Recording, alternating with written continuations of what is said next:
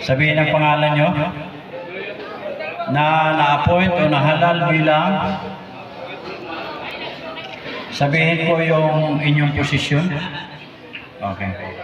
Ng Durungaw Chapter ng GPA Anti-Crime. Samahan ng Kapatirang Guardians ng Pilipinas ay taimtim na nanunumpa na gagawin ng buong katapatan ang tungkulin at responsibilidad na ipinagkatiwala sa akin ng kapwa ko guardians.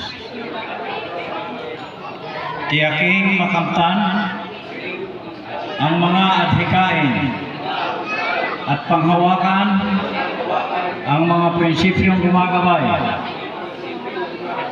sa samahan GPAI Anti-Crime.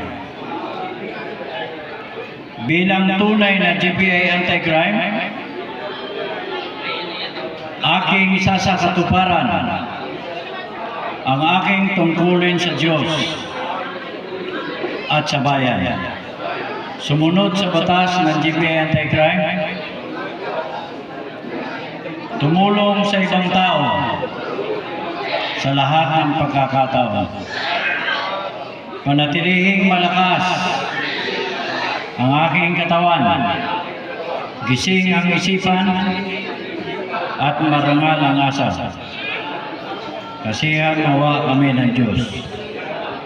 Congratulations, and then I will recognize formally that Durungaw chapter will be under the regular chapter of the province of Batangas. Congratulations.